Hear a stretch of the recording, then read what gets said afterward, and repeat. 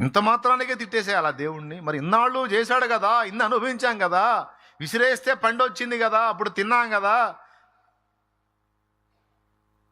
మరి దాని సంగతి ఏంది అంటే అదంతా అయిపోయింది గతం. ఇప్పుడు నేను సరిగ్గా చూడట్లేదుగా, తిట్టాయి.